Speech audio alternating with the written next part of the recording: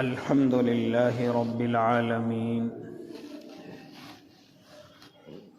والعاقبة للمتقين والصلاة والسلام على سيد الأنبياء والمرسلين وعلى آله وأصحابه وأزواجه وذرياته أجمعين أما بعد فأعوذ بالله من الشيطان الرجيم بسم الله الرحمن الرحيم فنجعل لعنة الله على الكاذبين صدق الله العظيم وصدق رسوله النبي الكريم ونحن على ذلك من الشاهدين والشاكرين والحمد لله رب العالمين۔ واجب الاحترام ساتھیوں، بزرگوں، نوجوانوں اور معصوم بچوں، اللہ کے نبی صلی اللہ علیہ وسلم جو میرے اور آپ کے اللہ نے مبعوث فرمائے ہیں، جس وقت موجود ہیں اس وقت بھی اپنی امت کے حال و احوال کو ذکر کیا، اصلاح فرمائی، کامیاب ہوئے۔ اسی طریقے سے میرے آقا کے علم میں ہے کہ میں دنیا سے پردہ کروں گا تو لوگ پھر اسی طریقے سے فتنوں میں مبتلا ہوں گے۔ ایسے زمانے آئیں گے کہ امت محمدیہ فتنوں کے اندر مبتلا ہوگی، تو آنے والے وقت کی بھی میرے اور آپ کے محبوب نے نشاندہی فرمائی کہ میری امت میں اس طرح کے بگاڑ شروع ہو جائیں گے، فتنے شروع ہو جائیں گے، تو ان تمام کے تمام فتنوں کو مختلف روایات کے ذریعے سے اللہ کے نبی نے امت محمدیہ کو سمجھایا، پھر اسی کے ساتھ ساتھ ان فتنوں سے نکلنے کے راستے بھی بتلائے۔ تو کوشش یہ کی گئی کہ اپنے کم علم کے مطابق آپ حضرات کے سامنے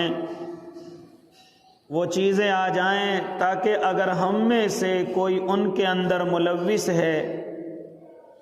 تو ان میں سے نکلنے کی کوشش کرے، اپنے اللہ سے توبہ کرے،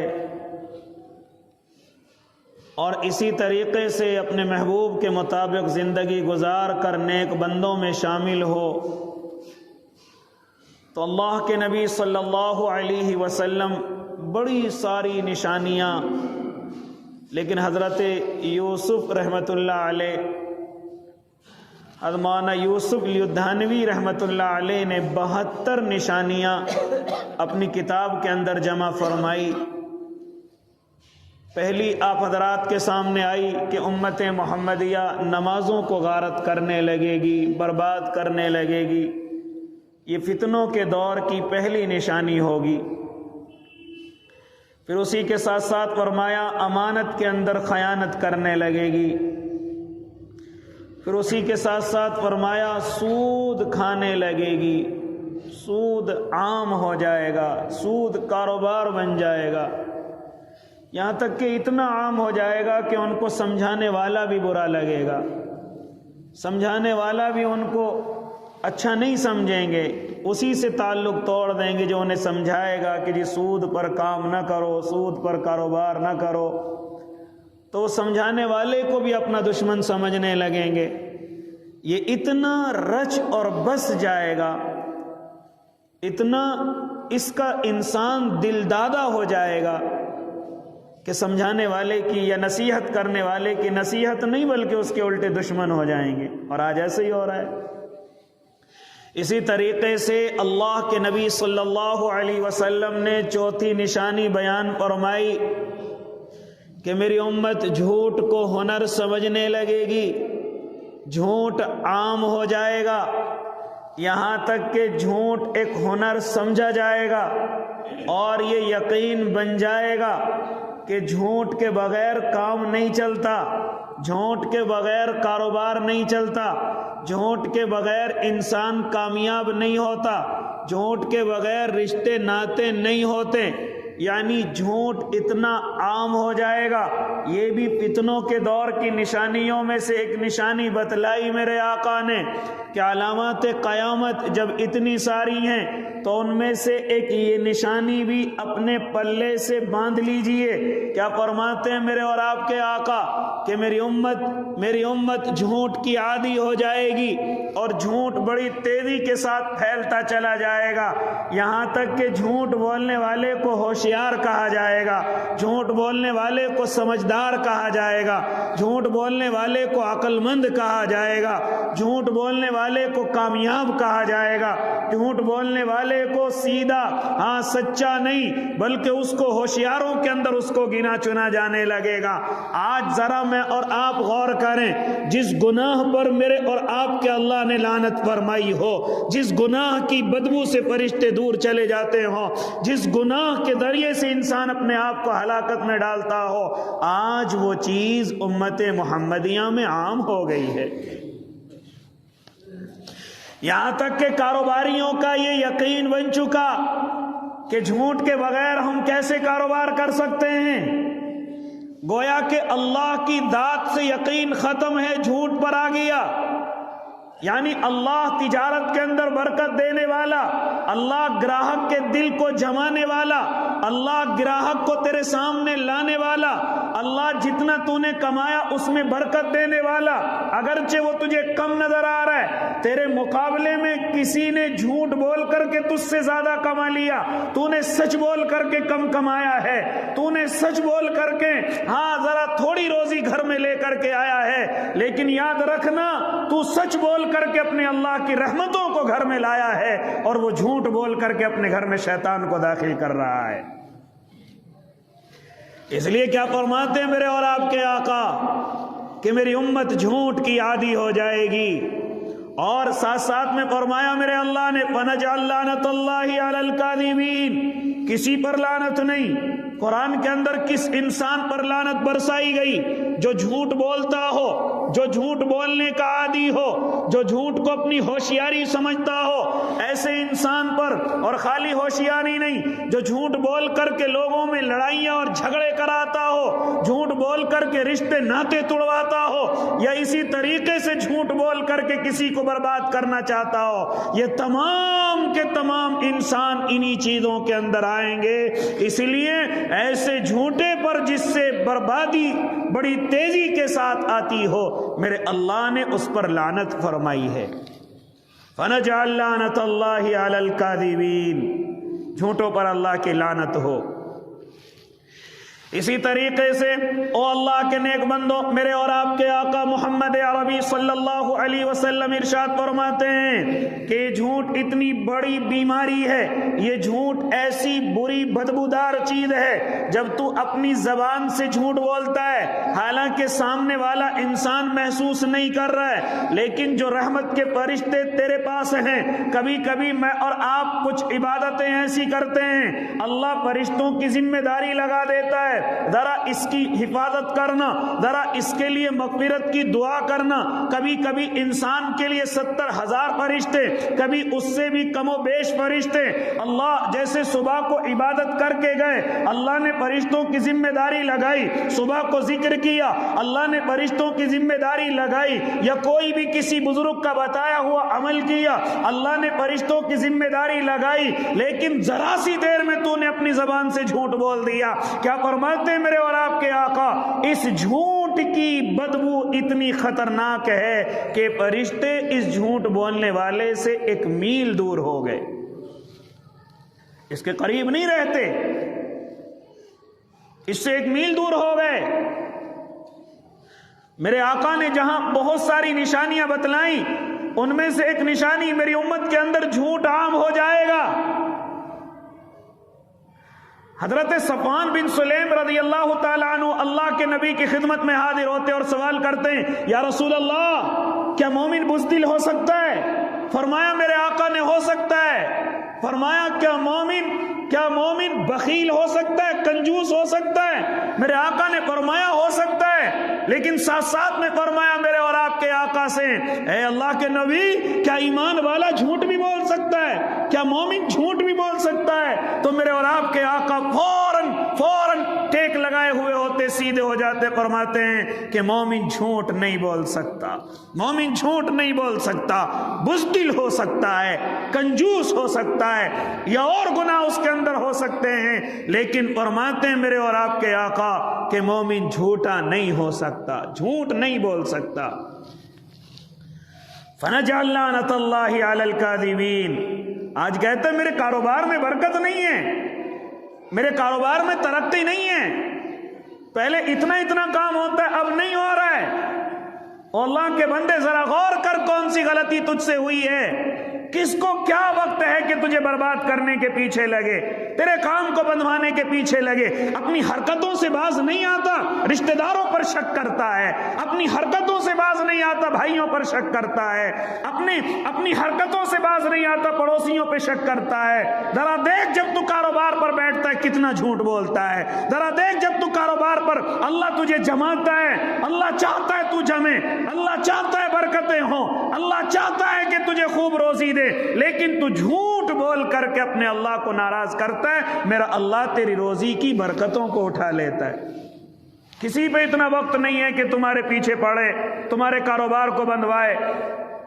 ذرا غور کریں اللہ کے نیک بندو، لیکن یہ تمام چیزیں انسان کو تب یاد آتی ہیں جب بربادی کی طرف قدم رکھ دیتا ہے، جب نقصان کی طرف قدم رکھتا ہے۔ خوشحالی میں نہ سمجھانے والا اچھا لگتا ہے، نہ سمجھانے والے کے پاس بیٹھنے کا وقت ہے، نہ سمجھانے والے سے تعلق رکھنے کا وقت ہے۔ ہاں جیسے پریشانی آئے گی اب بزرگوں کے چکر لگاتا ہے، اب علماء کے پاس آ کر کے بیٹھتا ہے، اور اللہ کے نیک بندے اب ان لوگوں کو پریشان کرتا ہے جو تعویذ وغیرہ کا انتظام کر دیتے ہیں، اب ان لوگوں کو پریشان کرتا ہے۔ لیکن جب تجھے اللہ نے کاروبار دیا، ذرا غور کرتا تو نے یہ غلطی نہیں کی ہے، کیا تو نے جھوٹ نہیں بولا، کیا سیدھی سادی عوام کو بیوقوف نہیں بنایا، کیا تو نے لوکل کو اوریجنل بنا کر کے نہیں بیچا، کیا تو نے اسی طریقے سے جھوٹ بول کر کے بڑا پیسہ اپنے گھر کے اندر لے کر کے آیا؟ ہاں، نہ تیری بیوی کو فکر تھی، نہ تیرے بچوں کو پرواہ تھی، آج تو نے جھوٹ بول بول کر کے جو اپنا کاروبار سجایا، بڑا کیا، اور اپنے بچوں کو بڑا کیا۔ کہتا ہے میرے بچے ٹھیک نہیں ہیں، میرے بچے میری بات نہیں مانتے، میرے بچے مجھ سے دشمنی رکھتے ہیں، میرے بچے مجھ سے نفرت رکھتے ہیں۔ او اللہ کے بندے ذرا بتا تو صحیح، تو نے اپنے بچے کو لقمے کیسے کھلائے ہیں؟ تو نے اپنے بچے کے پیٹ میں ڈالا کیا ہے؟ بڑی محنت سے کماتا ہے تو، پورے دن پسینے میں شرابور رہتا ہے، سردی ہوتی ہے صبح صبح تو محنت سے جاتا ہے۔ یہ بڑا قیمتی تیرا موقع ہے، وقت ہے، یہ قیمتی، اتنی قیمتی تیری محنت ہے کہ اللہ بھی اس کی تعریف کرتا ہے، محمد عربی بھی تجھے جنتی کہہ کر کے گئے ہیں، لیکن ان تمام فضیلتوں کے باوجود تو نے ایک جھوٹ بول کر کے ساری بنیاد کو برباد کر دیا۔ ورنہ تیرا سردیوں میں محنت کرنا میرا اللہ دیکھ رہا ہے، تو صبح صبح جب بچوں کے لیے اٹھ کر کے جاتا ہے، میرا اللہ دیکھتا ہے کہ سب گرم کپڑوں میں ہیں، اور تو ٹھیلا چلا کر، تو مزدوری کر کے، یا تو اسی طرح صبح صبح اپنے کاروبار پر جا رہا ہے، کیا میرا اللہ نہیں دیکھتا تجھے محنت کرتے ہوئے کو؟ اسی طرح جب گرمیوں کا موسم ہوتا ہے، میرا اللہ دیکھتا ہے تو صبح سے شام تک پریشانی میں، ہاں، اور تو اسی طرح پسینوں کے اندر شرابور ہو جاتا ہے۔ میرے اللہ کو تیرا اس کا علم نہیں ہے؟ سب کچھ میرے اللہ کو علم ہے، میرا اللہ تیری تعریف بھی کرتا ہے، میرا اللہ تیرا فیصلہ نبیوں کے ساتھ کرنا چاہتا ہے، میرا اللہ تجھے قیامت میں نبیوں، صالحین اور صدیقین کے برابر میں کھڑا کرنا چاہتا ہے، لیکن تیرے ذرا سے دنیا کے لالچ نے اللہ کو غصہ دلایا، تو نے جھوٹ بول کر کے اپنے اللہ کو ناراض کر دیا۔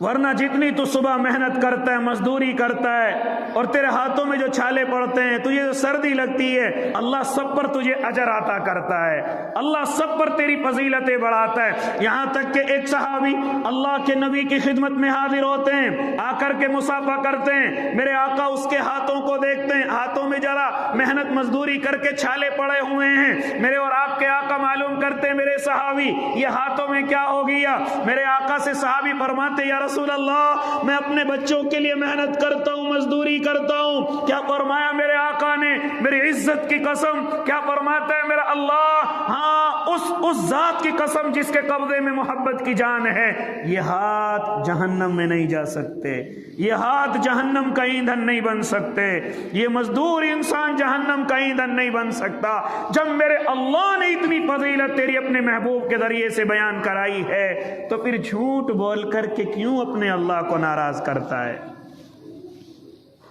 جھوٹ بول کر کے کیوں اپنی روزی کو خراب کرتا ہے؟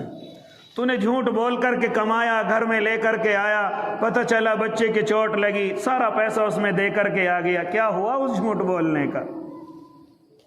پتہ لگا کوئی بیماری پریشانی آ گئی، سب اسی میں لگ گیا، پتہ لگا کوئی آفت آ گئی، کوئی چھاپا پڑ گیا، کوئی پکڑ آ گئی، سارا پیسہ اس میں لگ گیا، کیا ہوا تیرے اس جھوٹ بولنے کا؟ ابھی تو عرش سے عرش کی طرف جا رہا تھا، لیکن ذرا سی پکڑ نے تجھے فرش پر لا کر کے گھیر دیا۔ یہ سب کیا ہے؟ یہ سب جھوٹ کے نتائج ہیں، یہ سب جھوٹ کے نتائج ہیں۔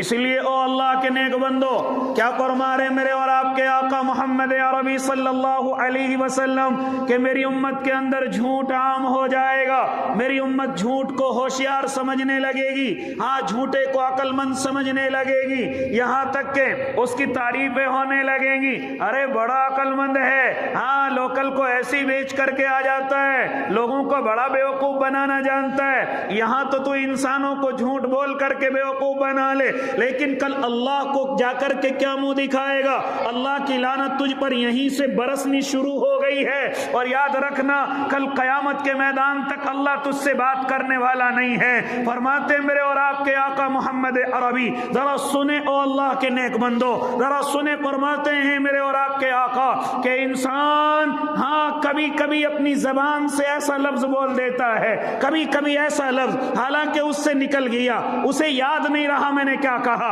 اس پر تبصرہ بھی نہیں کیا، اس پر اسے کسی نے یاد بھی نہیں دلوایا، تو نے ابھی اپنی زبان سے کیا کہا، لیکن وہ جملہ اللہ کو اتنا پسند آ گیا، اللہ کو اتنا پسند آ گیا۔ فرماتے میرے اور آپ کے آقا اللہ قیامت تک اس سے راضی ہونے کا اعلان کر دیتے ہیں، میں اس سے قیامت تک راضی رہوں گا، حالانکہ یہ جملہ اس کے دھیان نہیں، اس نے کیا کہہ دیا، حالانکہ اسے معلوم نہیں، اور یہ ایسے ہی کہہ کر کے چلا گیا، بالکل بھی اسے اپنے جملے کا احساس نہیں، لیکن میرے آقا فرماتے ہیں کہ اللہ رب العزت قیامت تک کے لیے اس سے خوش رہنے کا اعلان کر دیتے ہیں، جنت کے فیصلے کا اعلان کر دیتے ہیں۔ اس کے بعد فرماتے ہیں میرے اور آپ کے آقا محمد عربی، کبھی کبھی انسان اپنی زبان سے سیدھا نہیں الٹا ایسا لفظ بول دیتا ہے جس کا کبھی اس کو احساس نہیں ہوتا، اپنی زبان سے ایسا جھوٹ نکالتا ہے، اپنی زبان سے ایسا بدبودار لفظ نکالتا ہے، حالانکہ اسے ذرا سا احساس نہیں، کسی نے اسے ٹوکا نہیں، کسی نے تبصرہ نہیں کیا، لیکن فرماتے ہیں میرے اور آپ کے آقا کہ یہ لفظ اللہ کو اتنا غصہ دلا چکا ہے کہ اللہ قیامت تک اس سے ناراض ہونے کا اعلان کر دیتے ہیں، قیامت تک اس سے ناراض رہوں گا، یہاں تک کہ جہنم کے ایندھن بننے کا بھی اعلان کر دیتے ہیں۔ آج میں اور آپ اپنی زبان کو کچھ سمجھتے ہی نہیں ہیں، اپنی زبان کی بات کو کچھ سمجھتے ہی نہیں ہیں۔ اے اللہ کے نیک بندو، یہ زبان بڑی اہمیت کی حامل ہے، اللہ کے یہاں بھی اور دنیا کے لوگوں کے سامنے بھی۔ اس کے لیے ذرا سے لفظ پر میرا اللہ جنت کا اعلان کر دیتا ہے،